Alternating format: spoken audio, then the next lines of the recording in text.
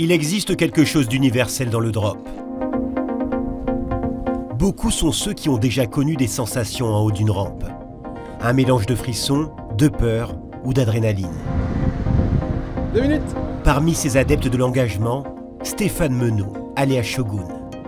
À 50 ans et au cœur d'un changement de vie radical, ce vétéran du BMX freestyle va tenter de réaliser le plus haut drop de sa vie. Ça va être tendu. Tu te penches et tu l'emmènes. Immersion au cœur de ce challenge.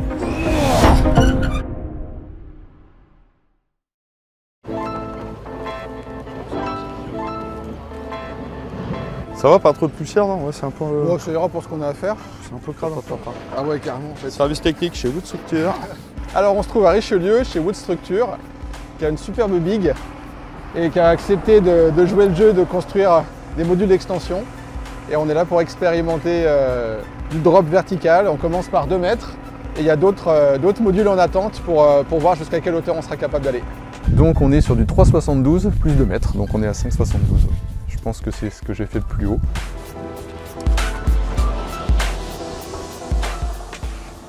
Ouais, quand je me mets en haut, déjà, je fais oh putain, c'est déjà plus haut que ce que j'ai l'habitude de voir quand je me mets en haut d'un wall. Mais aussi parce que la courbe est plus grande. Là, en fait, je vais le faire sur la confiance. En disant, j'ai déjà fait une équivalence sur des rayons plus petits, normalement ça doit passer, ouais. Et tu veux le matelas? Bon, je pense que pour le premier coup, ça va être bon. Faut que tu le sentes, hein. Plus que jamais, hein, c'est le moment. Non, mais tu le sens. C'est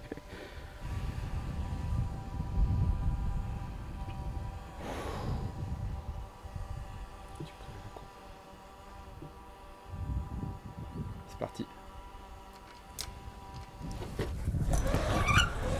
Yeah! Ça va? Ouais, c'est bon, c'est proche de ce que je connais. Stéphane Menot, alias Shogun, 50 ans, depuis peu, et en mode transfert entre une activité d'informaticien, j'étais responsable informatique depuis très longtemps, et là je veux me consacrer à plein temps au BMX.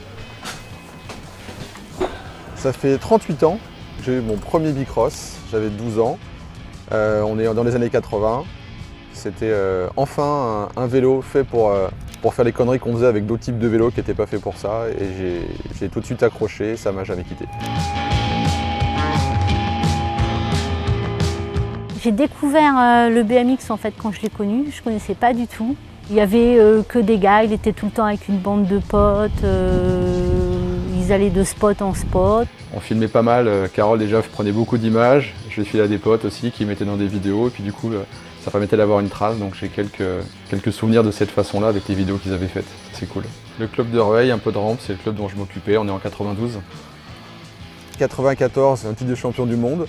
C'était pas un objectif, c'était pas une revendication, c'était une surprise, mais j'ai fait ce que j'avais à faire et c'est rigolo. 96, on quitte la région parisienne avec Carole pour essayer de se consacrer au BMX à ce moment-là. Et du coup on s'installe à Lyon, c'est le seul endroit où j'ai trouvé une big parce qu'à Paris il n'y en avait plus.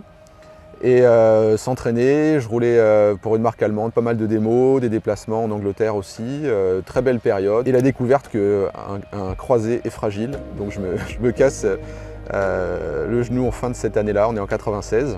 Tu as une phase d'apitoiement, de profond désespoir, de voir s'écrouler toute une dynamique, tout un tas de projets. Et après, tu te projettes et tu dis ok, à partir de là, on va faire autre chose, on va fonder une famille.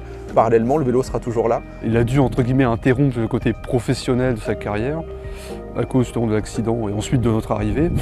On n'a pas aidé notamment grâce à ça. Jusqu'à facilement mes 12 ans, presque tous les week-ends, on bougeait dans différents endroits de la France ou d'Europe pour l'accompagner.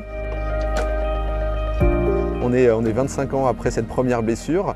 On va essayer de reprendre le dossier. Je me sens en forme, j'ai envie de me battre pour ne pas laisser le temps et l'obsolescence programmée du corps faire ce travail, reprendre le contrôle. Et après, l'aboutissement de cette réflexion, c'est de se dire non, si tu veux y aller, il faut que tu voyages, il faut que tu fasses ça à plein temps, il va falloir que tu sois capable de gagner ta vie en le faisant. Donc ah ouais, ça s'appelle passer pro.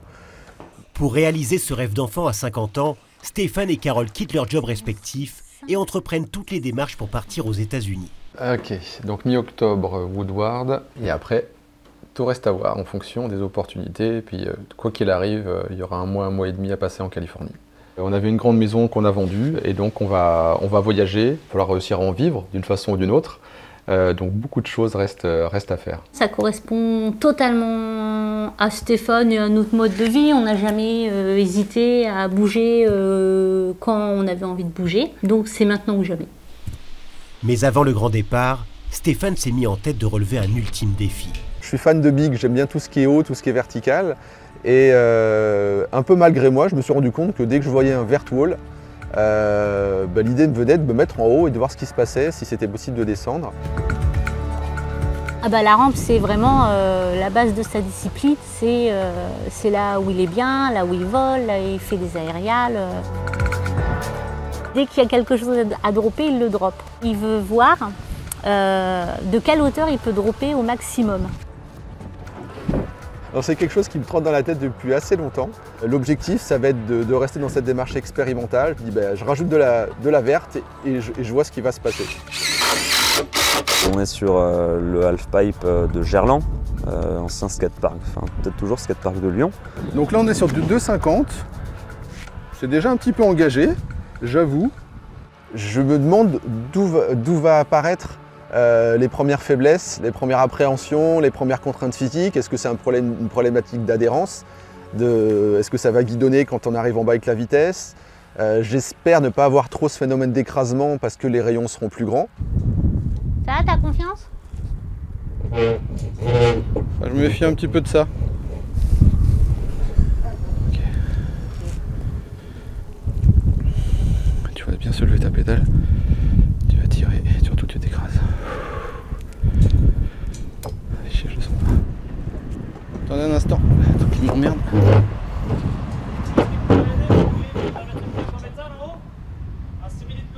Ouais, juste parce que il y a ce côté accroche qui me chagrine. Un plat métal, je vais en demander à Pierrot. Ouais. Qu'on balance dessus directement? Oui. Ouais, si t'as une équerre, on met une équerre, mais sinon un plat, ce serait bien, ouais. Si, je dois en avoir. Je me méfie vachement de ma pédale. J'ai remarqué que quand ça plonge, elle a tendance à raccrocher un petit peu. Et là, j'ai un contreplaqué vertical qui a tendance à accrocher mon pex aussi. Quand il a vu que ça accrochait, il s'est dit ok, je mets une plaque en métal, moi j'étais content. Je me suis dit ok, c'est bien, genre il sent qu'il y a un truc qui va pas, il va y remédier plutôt qu'il se lance quand même. Là. Rapidité, efficacité.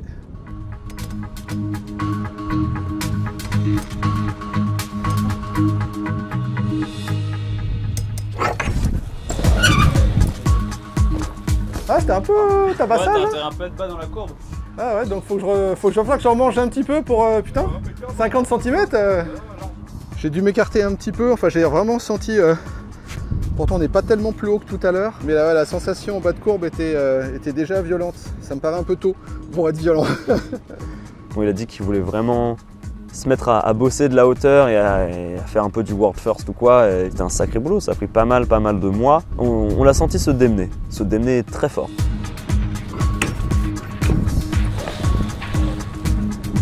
Ouais, c'était mieux. Ok, c'est mieux, mais ça balance quand même vachement en avant.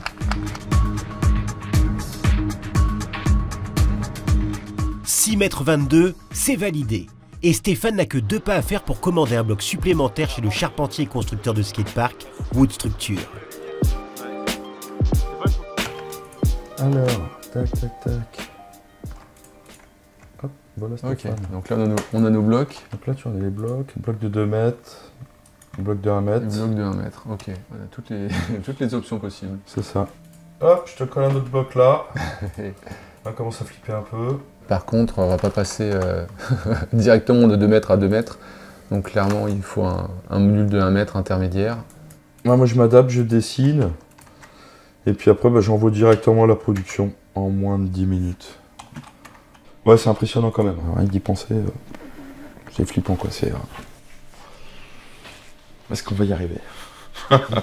Hein, on saura vite. Ouais, c'est clair. Et pendant que le bloc de 1 mètre est en cours de fabrication,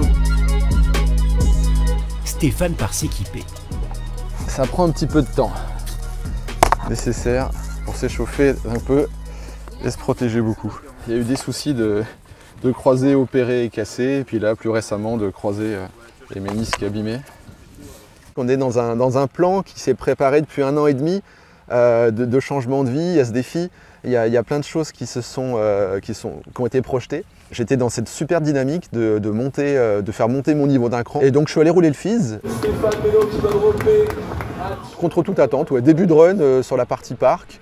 Super petite grab, un petit peu déséquilibré. Je lâche un pied comme tu le fais 1000 fois quand tu rates une figure, quoi. Dès qu'il touche le sol, direct, sensation immédiate, reconnue. C'était l'autre genou, mais et là tous les voyants sont passés en rouge en une fraction de seconde. Ah, je viens de me péter le genou.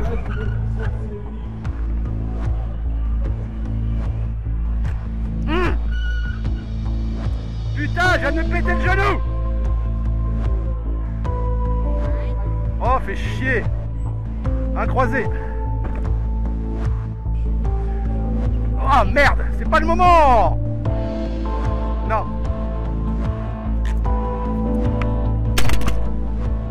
Compliqué, ouais. Cette partie-là, donc on est le 30 mai, dimanche 30 mai.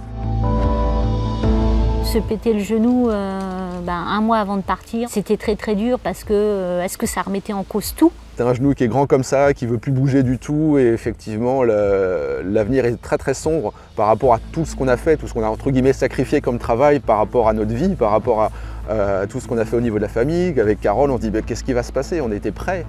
Ouais, ça c'est très dur. On est sur des modèles sur mesure qui permettent de pallier au manque de croisés.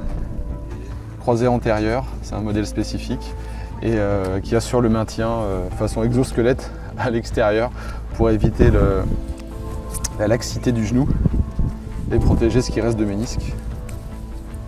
Mon genou gauche, il est pété depuis 25 ans. J'ai roulé avec une orthèse depuis toujours. Ça a marché pour mon genou gauche. Si tu arrives à le faire dégonfler, qu'il est musclé et maintenu, why not? Donc on est parti sur ce plan-là. Donc ça fait 3 mois que je suis sur cette approche de le renforcer à fond le ballon. Et ça te renforce mentalement et physiquement. Et tu dis tant que je fais ça, il n'y a pas de raison que ça s'arrête.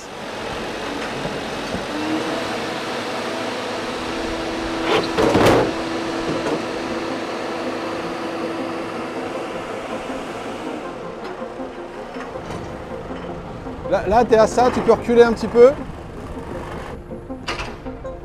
Top. Ça fait très haut. Ça fait très haut et il verra une fois là-haut s'il le sent ou s'il ne le sent pas. Quand je vois comment ça évolue, il fait waouh, il fait flipper. Quand je vois tout ce qui est produit comme exploit, comme film dans les sports extrêmes, c'est toujours une boisson énergisante qui est derrière. Avec un arrière-goût de le produit, c'est quand même pas très cool de faire cette promotion. Les jeunes, ils se gavent de ça. Et j'avais envie de prendre un peu le contre-courant par rapport à ça. Donc j'ai mis le clin d'œil de pousser ce concept-là et de lui donner une image et une marque. Sous la forme de nid d'H2O. Donc ça s'est concrétisé sous la forme d'une asso. Et on n'est pas là pour vendre des canettes, c'est juste de promouvoir un message et les gars, votre corps il a besoin d'eau, vous serez extrême pareil. T'as pas trop d'appréhension là-haut? Là non, une fois que tu l'as fait une fois, c'est bon. D'accord. L'appréhension c'est pour la suite. T'es clairement dans une situation de stress, donc il faut que tu sois prêt à accepter cette compression qui t'attend en bas. T'as déjà fait un R à 3 mètres sur cette rampe. Il a des doutes, évidemment, et il prend le temps, et il réfléchit.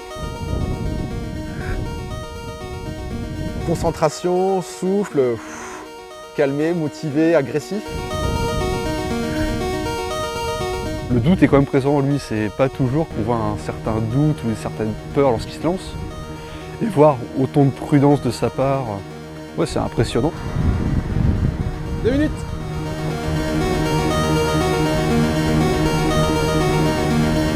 On sait qu'il faut bien réfléchir, il faut être calé, il faut se sentir bien, être prêt à se faire surprendre. Si tu fais la même technique, on est à 3 mètres, tu as déjà fait un R de 3 mètres. Ok, have a break. Hop là. Il sait les risques à chaque fois qu'il prend, il y a toujours moins d'hésitation même quand il passe à l'acte.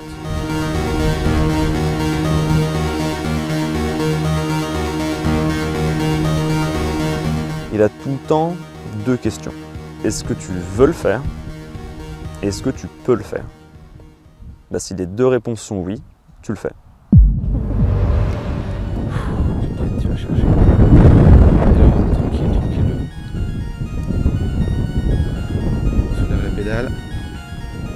bascule en avant, et ça gaine. C'est parti.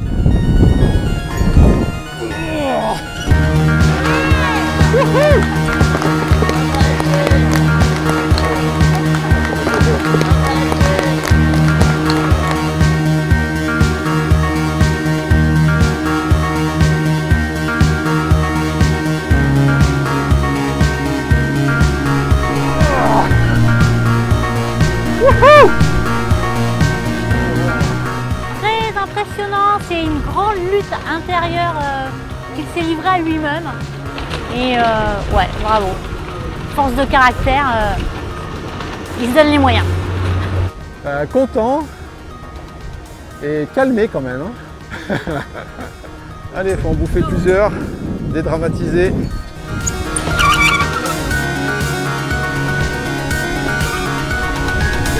La conclusion, c'est que j'arrive pas à stabiliser vraiment le mouvement, je subis encore un petit peu et je vois pas de progression. Et à chaque fois, je me fais un peu peur quand même. Hein. Donc à ce stade-là, je dis que j'ai pas envie de rajouter 50 cm, de me balancer et de m'écraser bêtement en bas. Content d'avoir essayé, forcément c'est un peu déçu de ne pas être monté beaucoup plus haut que ça, mais je respecte la démarche de départ.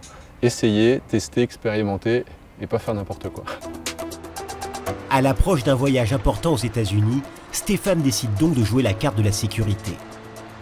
Le cartésien est venu avec des questions et repart avec un drop de près de 7 mètres de haut. Un exploit qui fait office d'échauffement et qui a surtout donné une réponse à notre jeune quinquagénaire. L'horizon d'un nouveau défi qui n'est peut-être pas si loin.